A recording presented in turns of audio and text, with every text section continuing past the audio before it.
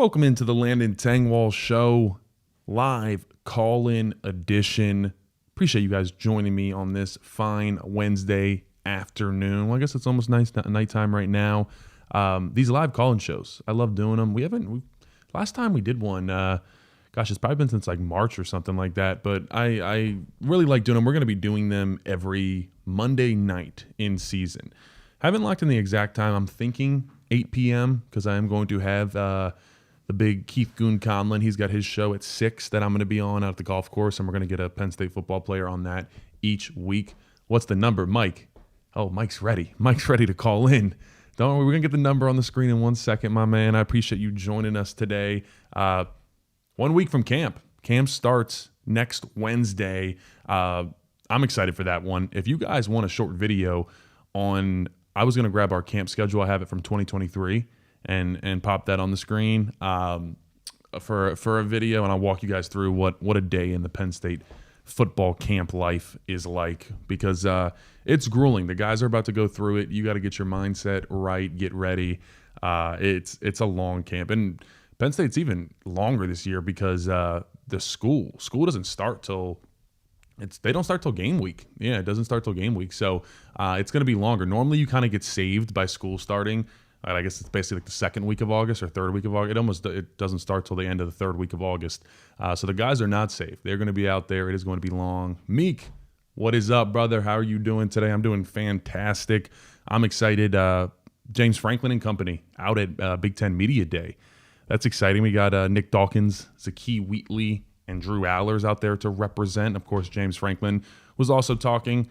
Franklin was actually on with Colin Cowherd for a second there. I saw earlier and was talking about Drew Aller and really his like mobility and all that stuff. He said he lost another like 8 pounds.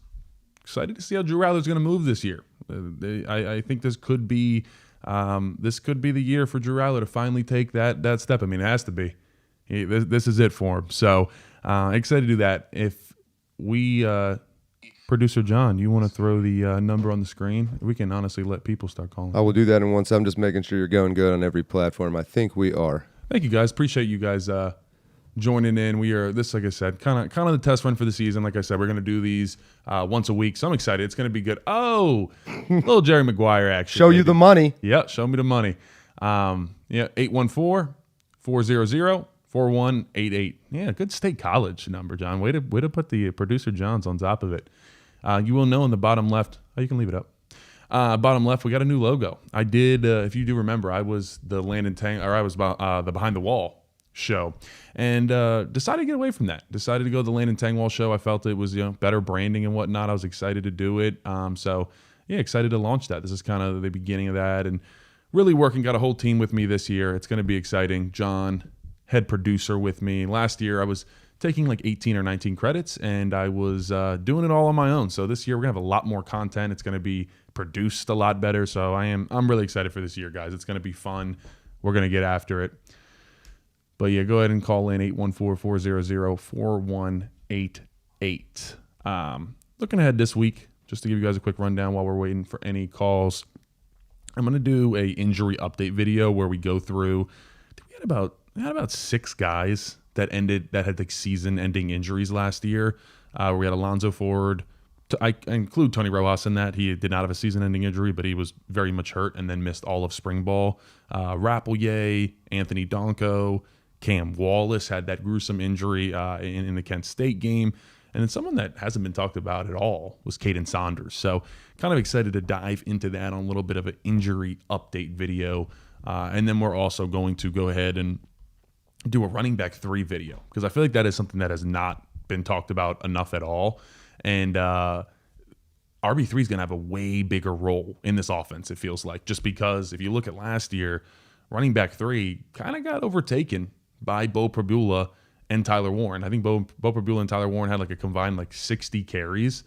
Those 60 carries would have went to running back 3, except, obviously they just were not as involved. So I think the RB3 in 2025 is going to have a much, much bigger role than RB3 in 2024. So excited to see kind of how that goes. And I think Cam Wallace they were doing like diamond sets where they had 3 running backs out there at one time against West Virginia. So Cam Wallace was actually going to be a pretty big part of that offense before he got injured. Yeah, please feel free to throw questions on here while we get going. Based on how everyone has described Tony's injury, this man was a dog last season. Yeah, I agree, dude. I played with I'm not assuming what he had, but it was a shoulder injury. It was probably something along the lines of a torn labrum. It's not easy to play with that. And I'm doing a film breakdown on Tony Rojas that'll come out closer to the season. But I have a good 10 to 12 plays of Tony Rojas where he has to try to tackle, and you can see his right arm, and he's swinging it, and it won't work. He can't use it to tackle. So I look, and I do see, a 20% missed tackle rate for Tony Rojas, which is not good. I mean, I'd say a good number for a linebacker. Kobe King was right around 10%. That's a very good number when you start getting in the single digits. That's really, really good. But I think that number for Tony is really going to decrease this year. I mean, he was wearing that brace week 1 against West Virginia. So he was hurt all year. My guess is in spring ball of 2024, he probably hurt it. And I know this because I was actually going to get my other shoulder done, but didn't even make it through that season to get that done. But I'm sure they looked at Tony and said, hey, you're going to have to play through it this season. He hurt at spring ball, play through it in 24, and then we will fix it in the wintertime. And that is what they did. And now he's back full strength. He posted the other day that said he's running 22.5 miles per hour. That's pretty fast. I don't know. Chuck Losey's, I don't know if we're using extra metrics, if we're adding on a couple miles per hour. I don't know what's going on exactly with that. But Tony Rojas is going to be impressive. If you're 235 running that quickly, that's big time. What is up? What exactly does Jim Knowles bring to the table as a defensive coordinator? Anyone can say toughness, speed, aggressiveness, but anything that stands out to you specifically. I think number one is his use of the safeties and how he kind of moves guys around. Now, that is a little bit different. He had 3 fantastic safeties at Ohio State. We have Zakee Wheatley, who's a superstar, but there's not as much depth there. Where he had Latham Ransom, who was really good. I mean, he was in a really good place with the safeties at Ohio State. My biggest thing I'd say is his complex blitzes. That's the one film breakdown I did on Jim Knowles' defense at Ohio State, was his ability to scheme guys just wide open through the hole and be able to sack the quarterback. They were really complex. And, look, you keep hearing from Ohio State fans that it takes 3 years to adjust to a Jim Knowles defense. Oh, Ohio State didn't always have the best defense. When Jim Knowles first got there from Oklahoma State, Ohio State was the 50th ranked defense in all of college football. They were not a good defense. What did he get there? I think he got there in 22, 21, or somewhere around there. Ohio State was not that good of a defense. So they're talking about, it's going to take all this time. Well, I just don't think Ohio State was that good when Jim Knowles got there on defense. So I think we're going to be just fine. I am really curious to how he's going to use Zakee Wheatley. And then also, it seems like Zion Tracy is probably going to play that nickel cornerback role. Jalen Reed was incredibly underrated rushing the passer. I mean, he was really, really good last year. So I don't know, how can we fill that void? How can we scheme? I mean, it felt like, there was a point where Johnny Dixon led all cornerbacks in the nation in sacks. So are we going to be doing, that kind of blitzing? My man Mike said King Mack breakout season. I'm right there with you. I love that King Mack came back. I think that was a really big get to, obviously left Alabama. I think that was one of those situations where you get bad advice. And this is the first example in the Penn State realm where we actually got to see somebody make a bad decision because he should not have left. And he left because the safety tandem of KJ Winston, Zakee Wheatley, and Jalen Reed, and King Mack sitting there saying, I don't want to be the 4th safety. Well, guess what? That's what happens. That football happens, and KJ Winston goes down. Other guys are hurt. He could have been starting at safety if he would have stayed here. So I know King Mack probably regrets leaving at a certain point, but I'm just glad that he's back. I think he is more of that heat-seeking missile. He is that strong safety position where he can go in, he can make those tackles. I'm confident in his tackling ability. Not as much. His coverage is good. I'm not saying it's bad. I think that's somewhere where he can improve.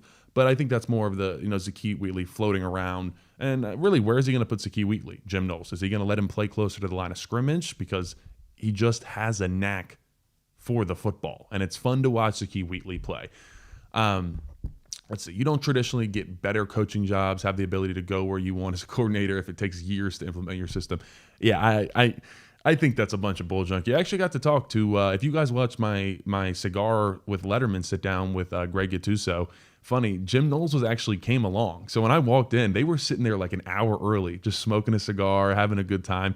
And Jim Knowles sat there throughout the entire time and watched Greg Gattuso. So I think they told me they go back and they're good friends. But got to talk to Jim Knowles a little bit. He is like evil mastermind. Oh, boys. Is it time to call in yet, John? I think it's working. We're good. Sorry, boys. We're working. We're getting this workshop. Like I said, this is going to be. We're going to do live. Try run for the unbelievable season you're going to have of content creation. You're absolutely right. Thank you, producer John. Yeah, call in 814. Oh, look at this, John. Come on, man. 814-400-4188. Give us a call. Yeah, like I said, we're going to do the live call-in shows Monday nights. I don't have it locked in, and we'll talk about when we get a lull in a second. I'll give you guys a quick rundown of kind of what my posting schedule is going to look like this season. So what you guys can expect when you'll get the film breakdowns, when you'll get the pregame show, riveting stuff. I already got the head Nevada beat writer lined up to come on for week 1. So give us all that information. I already started watching Nevada tape. It's interesting, to say the least. They were the worst team. Boise State, obviously, was in the Mountain West. That is where Nevada's at. Nevada's the worst team in the Mountain West. So it's going to be an interesting game to watch for sure. If we're not, let's not go 3 and out. Let me put it that way. I really hope we don't. We have a call. Oh. Hey, this is producer John. Hey, John. Little test run. Hung up on myself. There you go. Appreciate that. All right, so we're good to call. You can put it back up. There you go. You got a real caller here. Bet. Area code 973. You're on the air. Hi, Landon. I love your channel and everything you're doing. I was wondering, who do you see, particularly on the line in the linebacking core and the defensive line, that we don't really know much about yet, stepping up like that third, fourth, fifth guy that might blow up this year? Yeah, I appreciate you calling in. What was your name again? Where are you calling from? Oh, sorry. My name's Dan. I'm calling from New Jersey. Dan, appreciate it, my man. Yeah, so linebacker I think is interesting. And, I'm not going to go super deep on. I think the first guy to come to mind that we don't know too much about is Amari Campbell. And obviously coming from UNC, he is on, coming from a really just not good UNC defense. I mean, it was chaotic to say the least watching his tape there. And he was looking at, and I think I was a little hard on him at first. I did a film breakdown and I was kind of comparing him to Traore, who we were trying to get from Rutgers, and we ended up not getting him. And I felt Traore was a lot better, but he was older. He was a 5th, 6th year guy. Amari Campbell was starting Mike linebacker with the green dot, meaning that he was doing all the communication for that UNC defense as a 2nd year guy. And I felt like they were asking a lot of him. There was a lot of times where he was having to line up all over the field, move guys around with his hands. He was getting back in place late. And so I felt like he was in a bad situation. And now he enters with the possibility to start at the Mike linebacker role. And now instead of being in a really bad UNC defense that gives up like 70 points to JMU University, to James Madison University, now he's sitting in a world where he has Jim Knowles as his defensive coordinator. He's got Zakee Wheatley behind him. He's got Tony Rojas to his left or his right. And then he's got Zane Duran and Denai Dennis Sutton in front of him. I think he's going to be a lot more confident and a lot more comfortable. So I really like where Amari Campbell is at coming into this year. Talk about a little bit more depth. I think Anthony Specca is going to be the future Mike of this Penn State defense after Amari Campbell moves on in the future. He is huge. He is really bulked up this season, this offseason. So I expect him to take a big step forward. His main thing was he was a little too reactionary, where he would take the bait on play action. And we kind of saw that a little bit in the spring game. And he's making those strides. So I think we'll see him get a little bit of burn, the type of guy that, not in Ohio State or Oregon, but those other Big Ten games, get anywhere from 5 to 10 snaps and kind of rotate in. So I think that's someone to keep an eye on that, like I said, I think will be the future of that Mike position here at Penn State. Going defensive line. I mean, it hasn't been talked about enough. Zariah Fisher. I mean, it's huge now.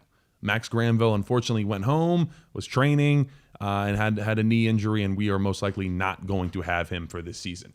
So Zariah Fisher, it was kind of going to be like Max Granville can, aid that a little bit. If Zariah Fisher somehow gets injured again, Max Granville can step up. I mean, there's a reason he came early from high school and kind of reclassified. Well, now he's gone. So Zariah Fisher, it's kind of all on his shoulders, I feel like, to really perform at that defensive end position. He's someone that had a season-ending injury in 2022. Well, I think he had the season-ending injury in spring ball. He ended up actually playing, I think, in the final 2 games of the season because he tore his ACL so early in the year. So he was able to play towards the end, but missed almost all of that year. And then once again injured his knee again this past year and missed all of the 2024 season. So the biggest question for him is, can he stay healthy? And I went against Zariah Fisher a ton in my career. When I was playing tackle early on, I went against him, and he's a very fluid rusher. Now, he's not going to be Chop Robinson or Abdul Carter, where he just beats you off the line of scrimmage and he just, you're playing catch up. He's more of a controlled rusher, and he wants to he's really good at feeling your body weight, and he wants to get hands on and then kind of, feel where you're going and then work a move after that. So I do have a film breakdown on Zariah Fisher coming out here in the next week because I think it's going to be imperative that he has a great season for us, because really up to this point, we have had a great Batman and Robin situation at defensive end, where a couple years ago we had Chop Robinson, Disa Isaac, then we had Abdul Carter and Denai Dennis Sutton. Well, now it's Denai Dennis Sutton's turn, and he doesn't really have a proven Robin. So I need Zariah Fisher to be that guy. Now, looking a little bit more at the depth of that position, I would say one guy that stands out to me is Jalen Harvey. I don't think a lot of people know, but cousin of Chop Robinson. Don't know how distant cousin. Might be we might be talking like second cousin removes. I don't know. We'll check that out. But he's related to Chop, so that is the good news. But he does have a really good burst, the type of guy I think that could turn in to an elite edge rusher that is speedy, that can work that corner, and has that quick burst. So I would keep an eye out on him. But overall, really, you asked about the linebackers and the D-line.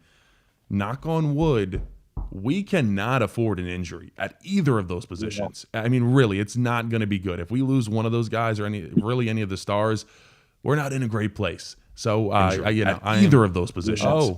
Thanks, John. I'm really trying to get your Facebook chatters to show up on screen. Sorry. You can leave the old heads alone. That was my fault. Once again, appreciate you guys sticking in. We're workshopping this puppy. But yeah, that's my biggest thing. Like I said, I think we're going to be fine. The starting front seven, I think, is going to be fine. But I am just worried about the depth. It's a lot of unproven right now. And then also you look at defensive tackle. Alonzo Ford, Franklin did say he's going to be cleared to play. Now, that's good. But the problem is he was playing at a high level, but Alonzo Ford coming off of an injury where, he hasn't really been able to do anything for 9 months. He hasn't been able to squat. He hasn't been able to he can work on the upper body stuff, but he was playing really well in his legs and was stout in the run game. And maybe I am worried. Oh, John, can you throw up the telephone number again for the boys? Appreciate it. Yes, sir. Jerry Maguire. Give us a call. But behind that, you got Xavier Gilliam. You got, Caleb Artis. There's a couple guys that I think could fill in that DT3, DT4 role, but it's a lot of unproven. So this fall camp is going to be huge. I'm excited to get feedback from Deion Barnes, from Coach Franklin on who is really stepping up across that defensive line, because if we need to play 16 games this year again, 17 games to win a national championship, guys, unfortunately, it is what it is. It's college football. Guys are going to get injured. It's just it's a brutal sport, and that's just kind of the life you live. If you looked around, Notre Dame and Ohio State were decimated at a couple positions. So for me, that's why I really like the fact that we have these 3 games at the beginning of the season where we can get a lot of young guys reps, because that's Franklin's philosophy. He was always trying to get 50, 60 guys, and when you're playing those worst teams, get them reps, so when they have to go in later in the season, they're called upon. It's not their first time ever in a football game. So building that depth on the defensive line early in the season is going to be most important for me. Awesome. Thank you so much, Landon. Yes, sir. Appreciate you sticking on for that long-winded answer, my man. I let him go. Sorry.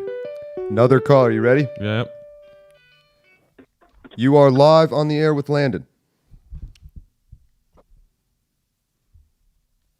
Hello. What's up, brother? How you doing? Here's my question. Do you think that they might work on that offensive line in a way to try to get Anthony Donko and Nolan Rucci in on the same line, rather than those two maybe doing a rotational piece? That's my question. Yeah. So I appreciate that question, by the way. All right, man. Thanks. Yes, sir. So how I'm looking at it coming into this year, Nolan Rucci, when he first came in for Anthony Donko, it was a little rough. I'm going to be honest. Just watching the tape, Nolan Rucci was not confident at that point in time. As it went on, Nolan Rucci started popping up, and you're like, wait a second, this guy is one of the best offensive linemen in all of college football. And in the playoffs, he was playing at a super high level. And he just started to really kind of trust the fact that he's 6'8", and he is a long body. So he finally started to hone that in, had confidence in his punch, wasn't leaning as much in pass pro. And I think, he did enough to have that starting right tackle position. And because if you think about it too, Nolan Rucci is coming into his final year. Used up his redshirt year, or I guess this will technically be his redshirt year. He does not have a COVID year. We getting some calls over there, John? Yeah, because the caller hung up, so they're coming through now. Okay. So we got to keep them on the line. All right. Like I said, once again, we're troubleshooting this puppy, guys. We're gonna have this thing all lined up, ready to go for the season. But getting back to this real quick. Anthony Donko, I feel like he's so good, you cannot have him. Like you said, you cannot rotate them. And I was in that life where Hunter Norzad and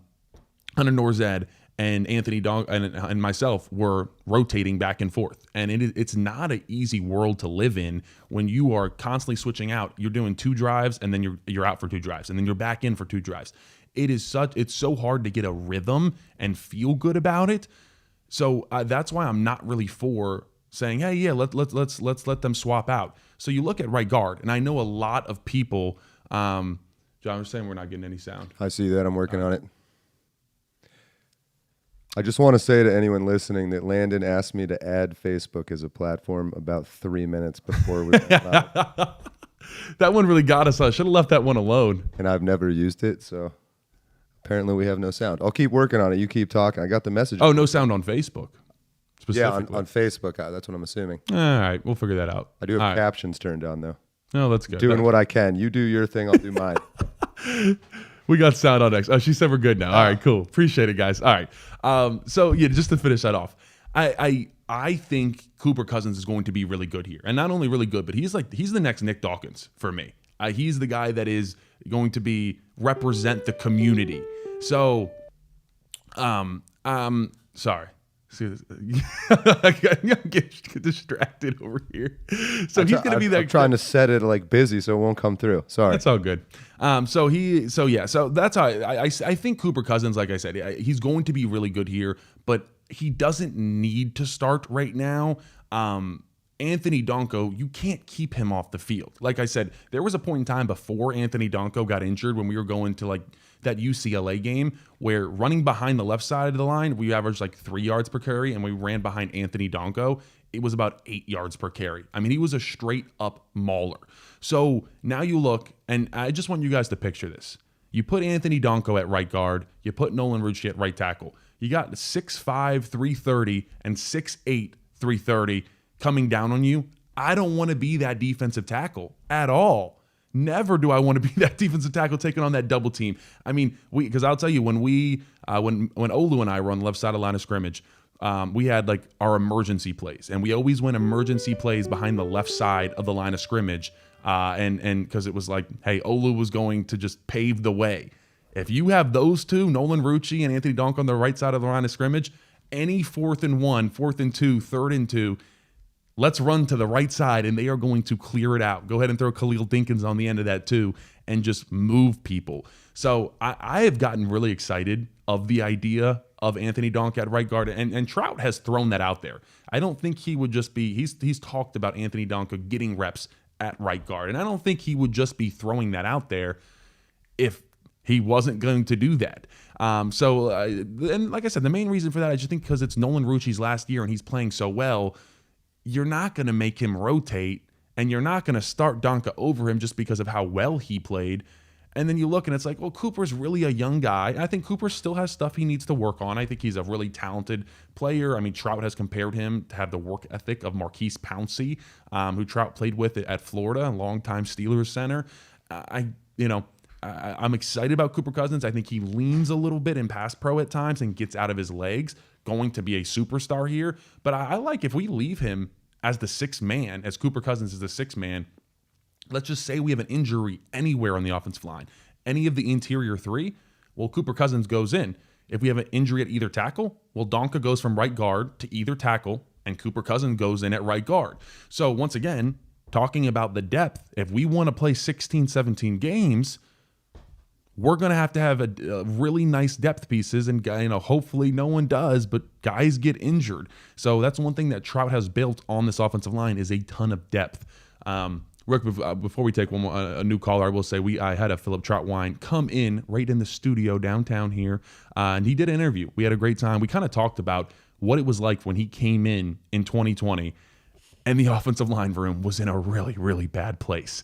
I mean, I was just talking about that with Nick Dawkins recently, of just like when we first got here, offensive line was not only were we just bad, but like it was borderline toxic. Like it wasn't a good room to be in. And I'm proud of it. Everybody's proud of it. Shout out to Olu, Juice Scruggs, all the OGs of the room that really made it what it was and where we are today. Obviously, Trout's the biggest reason. I mean, if you ask anybody in the Lash football building, they will tell you that Philip Troutwine is the hardest working guy. I mean, I'll tell you, he'll stay after practice every single night. If practice ends at 10, he's in there till midnight writing notes. So he goes through every single play of practice and writes out every single person on the line and what you can do to get better on that play. Trust me, no other coach is doing that because it's not easy. And like I said, because he'll send us the notes when he's done. Sometimes, we'll all be asleep. He'll send us the notes and be like, I know you guys are asleep, but look at them in the morning. It's like 1:30 in the morning, and Philip Troutwine just got done at the facility, and he's heading home to not see his wife and kids. He's sacrificing that for us. So if you're wondering why the offensive line has gotten great, it's not a coincidence. I mean, and then just also like talking about Nick Dawkins as a leader real quick, they're doing so many things together. I mean, it's constant O-line dinners where guys are going to Texas Roadhouse. We're going around town. Coach Troutwine, he blocks off every Monday afternoon in the summer, blocks off 4 or 5 tee times at Mountain View, the local golf course, and they go out there and they play back to back to back, and they get all the offensive line out there playing golf. Our strength coach, Coach Earls, so each position group has a strength coach. We love Coach Earls to death. He is the best. And so a bunch of guys on the offensive line, when his kids have flag football games on Tuesday nights, guys go out to those games. So like it's just cool to see the culture that we have in this offensive line room now, and it's contagious. It makes guys want to be a part of it. And it's like I said, it's just way different than when I first got here and when those other guys first got here. So it's exciting to see. It's encouraging, and Philip Troutwine kind of deserves a little big chunk of that credit. Do we have any callers? You ready? So I figured out how to take care of that so it wouldn't ring. Ah, John, look at you. So you're in the driver's seat now. You ready? Oh, okay, we're driving. Let's do it. Let's continue to drive. Let's take in some calls. Is our NIL that bad that the guys are still at Roadhouse? Hey, don't hate on Roadhouse, man. I'm just saying. I think a Roadhouse steak is some of the best. Listen, we're in Central PA, man. We don't get good food out here. I just want to be clear on that. Johnny, I understand what you're saying. But, no, and guys are making money. If you're starting on Penn State, it's finally good. I just missed out on it, you know? Would have been nice, John. All right. 814-400-4188. Call now. That was a really good voice. Producer John in on it. That's great. One thing I saw earlier, someone made a $200,000 bet on Penn State to win the national championship. Yeah, there we go. That's BetMGM, $200,000 to win $1.5 million. Anybody making that bet out there? Let me know if you're tailing that one. Maybe tailing it at a little bit of a lower number. So it's plus 750. I don't like promoting betting. Maybe one day. I've been very vocal about how much I hate gambling, but I feel like if like one day like I get a big sponsor opportunity, everybody's going to hate me because I'm going to be like, yeah, guys, sorry, I got to take this one. We'll see how it goes. But I am against gambling. But hey, someone put $200K on us. Hopefully he's riding high on the national championship. Doc just dropped a heater on the Big Ten Network. Your biggest blessing is your last name. Dude, Doc always does. Doc has the cleanest lines. I know, listen, he's not slick. I know he was in there rehearsing those lines, getting ready. But then again, maybe not even, because he just drops them. When he came on the live show, he was just dropping just heat on the guys. I remember he said something about, he's like, we're out here and we're trying to hunt these top teams. And he's like, we're getting ranked number 1 nowadays and we're looking really, really good. And I start to look around and he's like, are we being hunted? And I was like, oh, okay. He's always dropping gems like that. And maybe we are being hunted now. You guys don't have $200K to throw at it? Nah. Hopefully sometime soon. All right, sorry. If you were calling in earlier, please go ahead and call back. We got the kinks figured out. Phones are open. Phone lines are open. Any questions you have, it doesn't even have to be about like camp or the upcoming season. Whatever you guys would like to ask. Real quick, while we are waiting for this, I do want to say I am starting. If you watch For the Bloggy YouTube channel and their film breakdowns, I'm going to be doing weekly film breakdowns on their channel. So they're going to be doubling up the amount of film breakdowns they have. If they normally have Coach Caduti over there, so it'll be Coach Caduti and myself.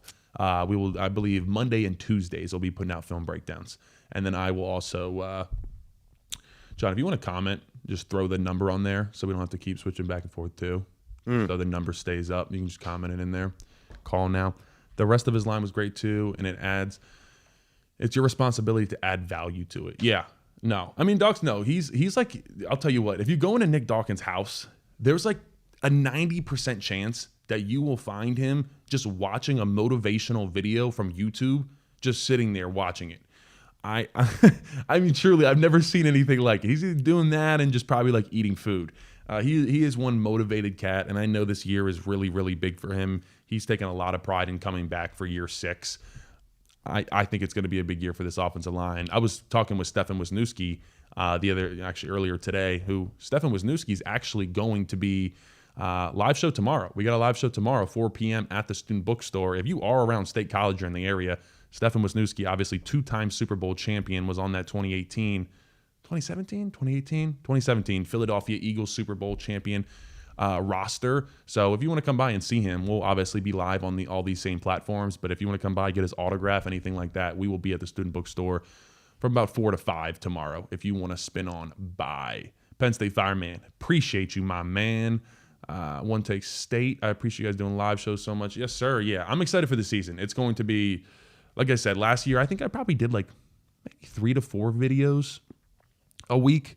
We are doing at least 1 video a day, and sometimes more. And we will also be doing the opponent film breakdowns. I'm going to be doing full offense and full defense. So last year I just did 1 video of the opponent and kind of just put all of it into 1 video. I am going to fully be doing 2 different videos, so you'll have a full rundown. If you thought you knew the opponent from watching my videos last year, well, get ready, because I'm gonna be watching like 20 hours of tape getting you guys ready. I can't wait.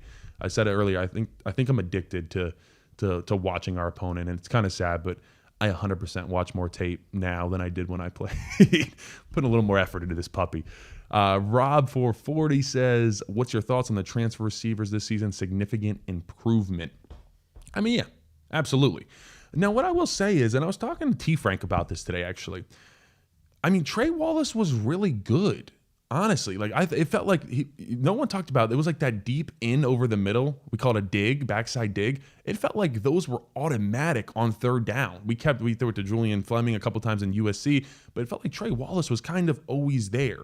The biggest thing for me this year is just the wide receivers. Koto Nicki, instead of the wide receivers just being there and being like, yeah, okay, they're gonna catch a couple balls, actually scheming Trevor Pena into the game, actually scheming Devontae Ross into the game. And what I mean by that is, you think to Tyler Warren, where Tyler Warren was, they schemed plays for him to be open. And I think that was part of the problem for the wide receivers, is they felt like they weren't necessarily getting that. I think Amari Evans got that more than Trey Wallace with a lot of those deep shots we took to Amari Evans. So the biggest thing, and I talked about this in my video I put out right after Notre Dame, when everybody was saying, how the heck did they not have any catches in that Notre Dame game? Well, it's because the wide receivers weren't schemed in all year, and they had no confidence in themselves. So Drew Aller had no confidence in his wide receivers. And when Amari Evans is running that backside dig, yeah, Drew Aller should have thrown the ball away or taken a sack, but he ran it at 50%. So, and that goes to my point of more of the playmakers. We can, I don't want to subject anybody looking that play again, but right now, The front side of that play, Tyler Warren, we ran a design play to him. It wasn't there, and we came to the backside, and it didn't work out. One thing I will say about Drew Rattler this year is that I think he has improved thoroughly his body. He looks really good. Brad Mendler, his QB trainer, just put out a video. John, if you want to pop that on the screen real quick, go ahead and play on that. This is the best he's ever looked. Like when Drew came in, that was something he wanted to work on was his body. You can mute that, by the way. Thank you.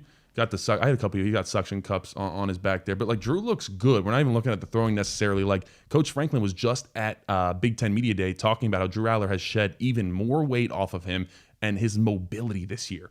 I think that's what's going to continue to take a huge step forward. And there was plenty of third downs last year where Drew Rattler scrambled for that first down, and I thought that was big. Continuing to be able to extend plays with his legs. James Johnson says, looking forward to this season. Number 0 last year, last chance for DeLuca tailgate. Oh, if you know about the DeLuca tailgate, well, let me tell you, that is a good time. Shout out Riri DeLuca, Carl DeLuca, and the entire gang.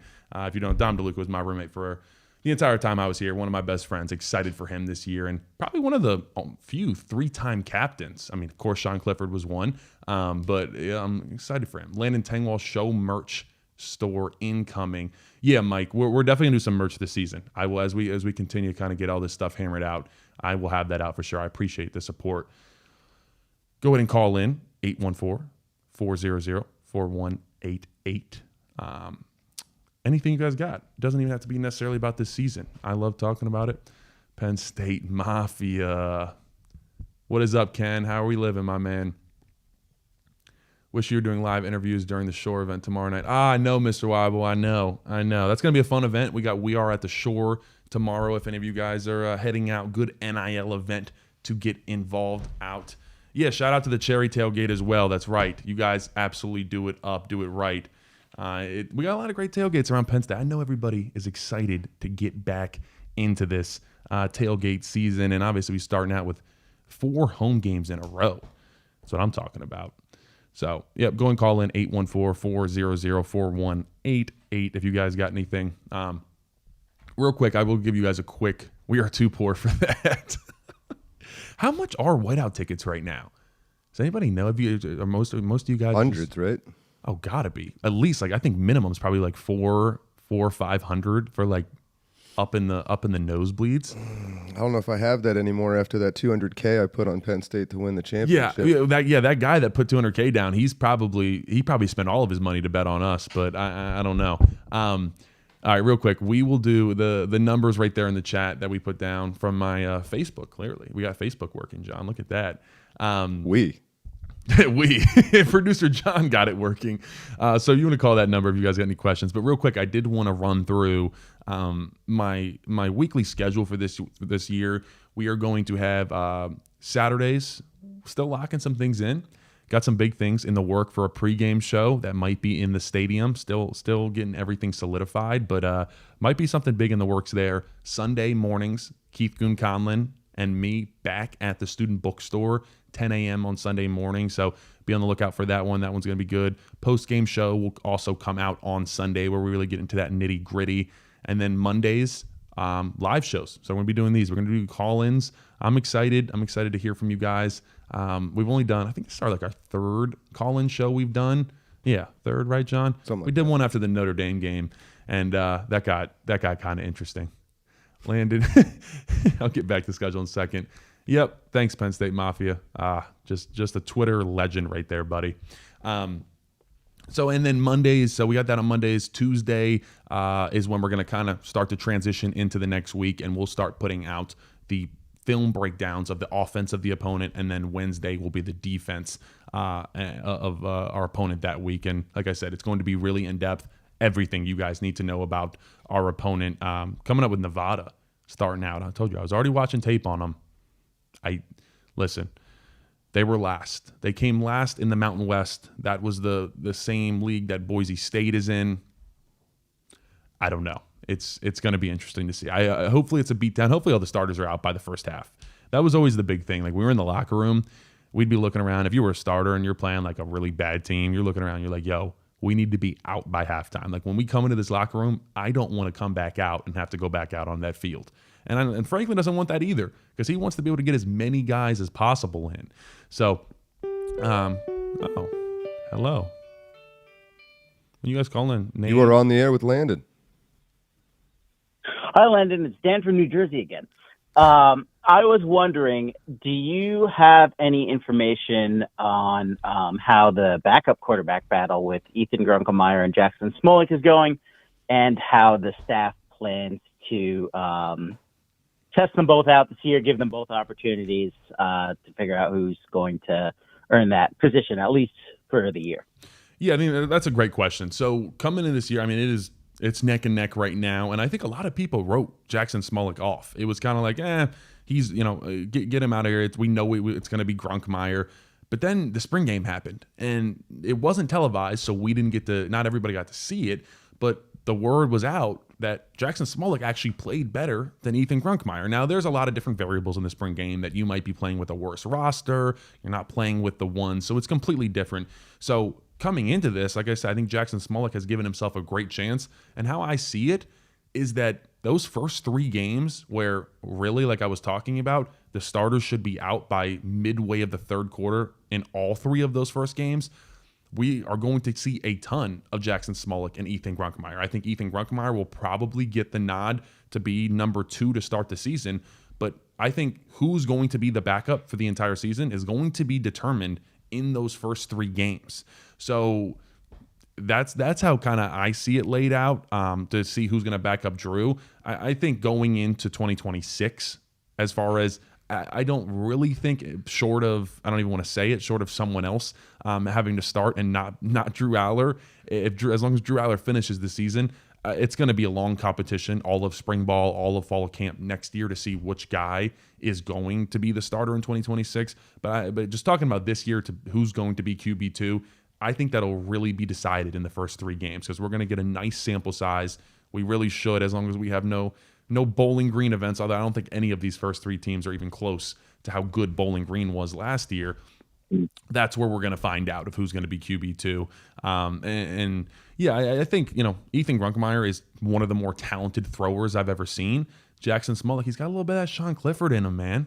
A little bit of Sean. He's wearing 14, just like gritty. Maybe doesn't have all of the intangibles, but still a really, really good player and kind of just has that mindset that maybe sets him apart. So I think, running back 3, but then also QB2 is probably going to be the most interesting thing that we watch in those first 3 games of just like who came out on top in each game. And I think that'll be kind of a talk going into the bye week. And maybe that's something, we have scrimmages during the bye week for the non-starters.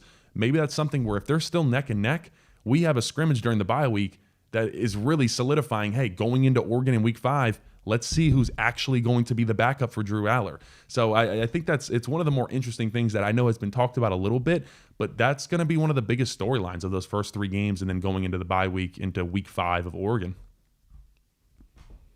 Awesome. Great. Thank you, Landon. Appreciate you calling back, Dan. Appreciate it, my man. Yes, sir. Your thoughts on not playing Pitt? From an old guy like me, I'd love to see them play every year. Younger fans weren't around when it was a big rivalry. Yeah, I would love to see us play Pitt. I understand. I like having the banter with them, and I understand last time we played, it was good. It was good. I thought it was really good.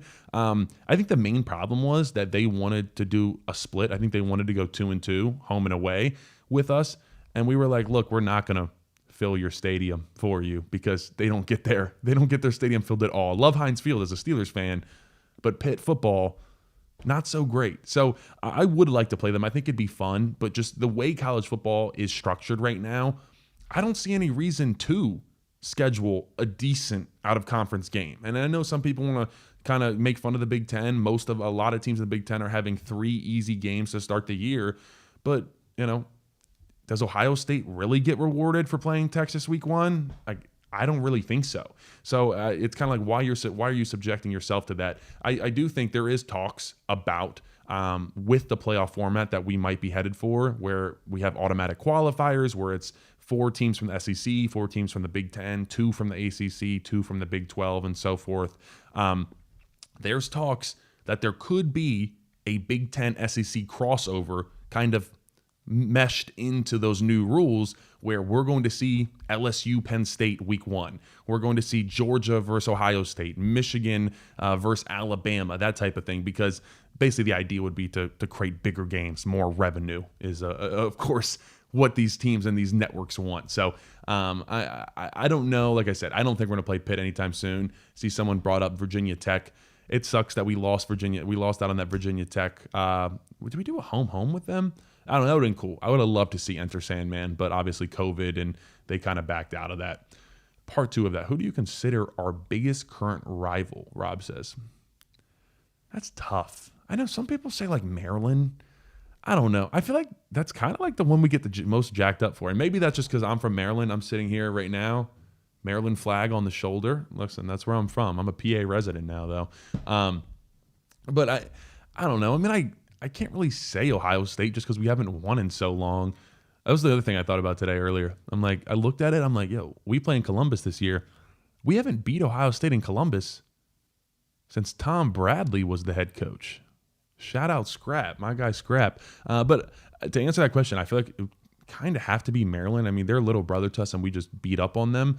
But I don't really think I could say it's Ohio State at the moment. Miss Corey Smith, shout out Miss Corey. She is my dog. Speaking of starts, do you think we will see a more aggressive start to games? Last year was difficult for backups to get time because of the slow starts. Yeah, I want Kotoniki to come out firing. Like, let's get those wide receivers involved early on and just get after it. I didn't feel like we were where we needed to be in the passing game early on, and we were against West Virginia, and then it kind of just fell off the face of the earth. Like Trey Wallace, we walked away from week 1 West Virginia, and it was like, yeah, we got a number 1 solidified wide receiver. We're throwing jump balls to Trey Wallace. He's coming down with them, and then that just went away. And it just felt like I said, the passing game, I don't blame Kotoniki for designing that entire offense around Tyler Warren and the 2 running backs because they were just that good. But at the same time, you just neglected the crap out of the wide receivers, and it made the offense so limited in terms of explosiveness. They just weren't able to really do what a lot of other teams are doing. Ohio State, where you see where they just, or they're up 49 points at halftime. You're right. We haven't done that, Miss Corey, just because we're not that an explosive of a team. So let's take shots. And that's the biggest thing for me. If Drew Aller has a couple extra interceptions this year, I'm okay with that. I don't mind that at all if he's taking risk. And not just stupid risks, but calculated risks where, yeah, I feel like Kyron Hudson is a jump ball guy that can go up and get a ball for me. I want to take a shot to Luke Reynolds and see if he can go up and get that and prove himself as tight end 1 to me.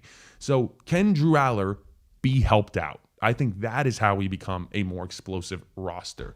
That's a good one. Penn State football's least discussed football rival is Iowa. I like that one. I'm excited for Iowa 2020. Rematch of at Iowa. Last time we were there, I guess, was 2021. We all know what happened there. If you were not around for that one, it was rough. That was my first year. I'll never forget. So we were 4. Iowa was 3 going into that game. And, oh, Nelly. That was the loudest thing I've ever heard. I always say that to Penn State fans, and they're always like, question, like, not Beaver Stadium. And I was in Beaver Stadium for 2019, that Michigan whiteout, the Mo Bamba game. It was very loud when they had to call that timeout, but like I remember being on the sideline in 21 and standing there. I wasn't playing. I was just traveling. I was the clipboard boy. I was writing down the plays for Coach Troutwine as they happened. So when the offensive line would come to the sideline, I would like hand Trout all the plays we ran, and so he could look at it and be like, yo, what happened on play 5 where we ran outside zone? So that was my job. I was actually called clipboard boy. There was some curse words in there too from the opposing fans, so I got cursed out a lot sitting there with my little clipboard writing down in games. But I'll never forget, it was like coming out of halftime, and we look, and Coach Franklin is talking to Taquan Roberson. I'm like, he has his helmet on.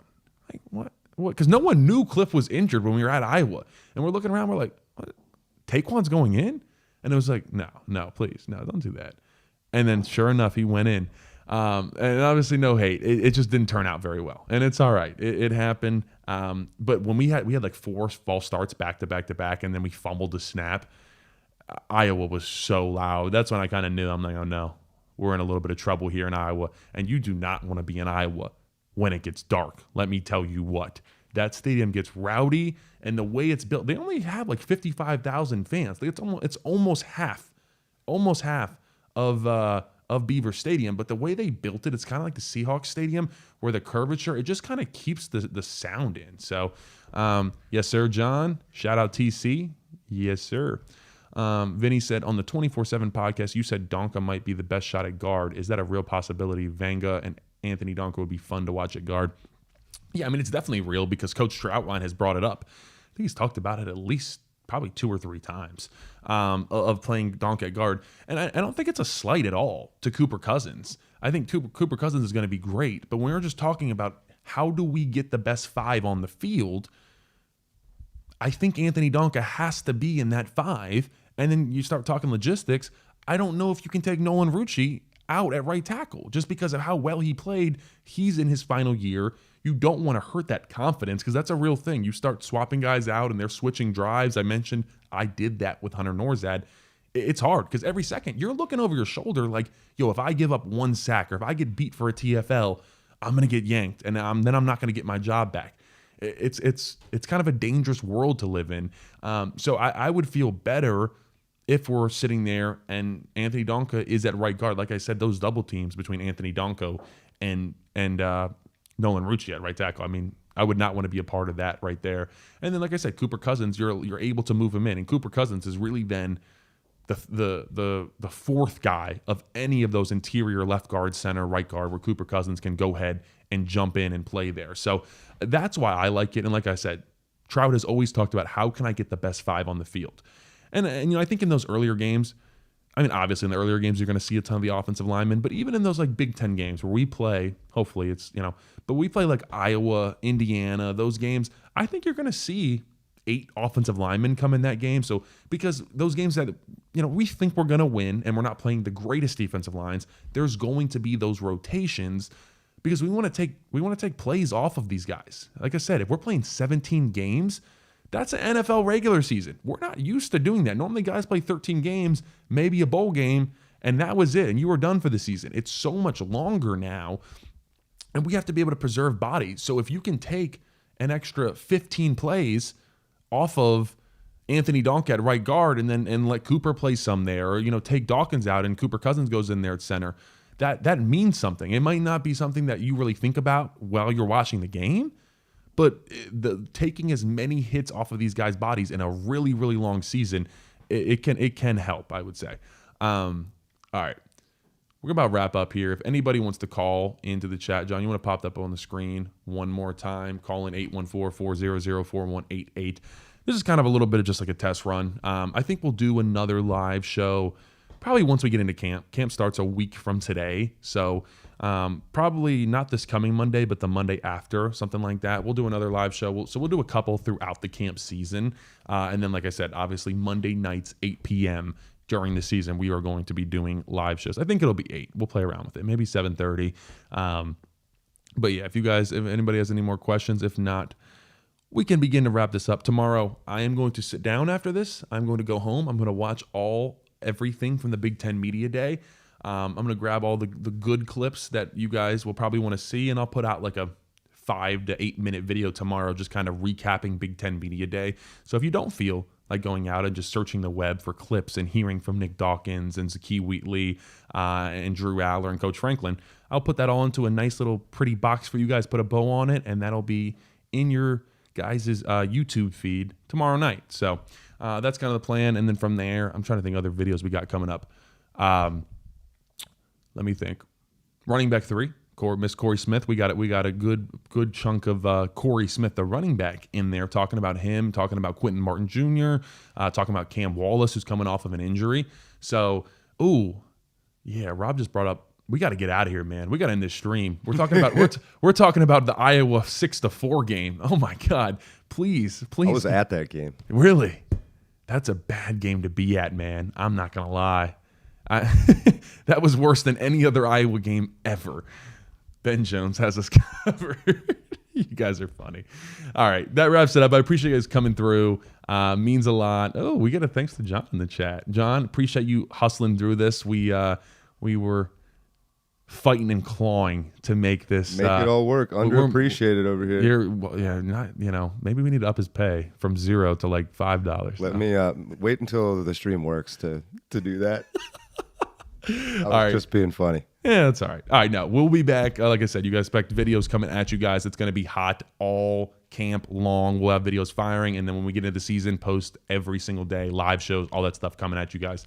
Cannot wait. Appreciate you guys. Love you. Until next time, peace.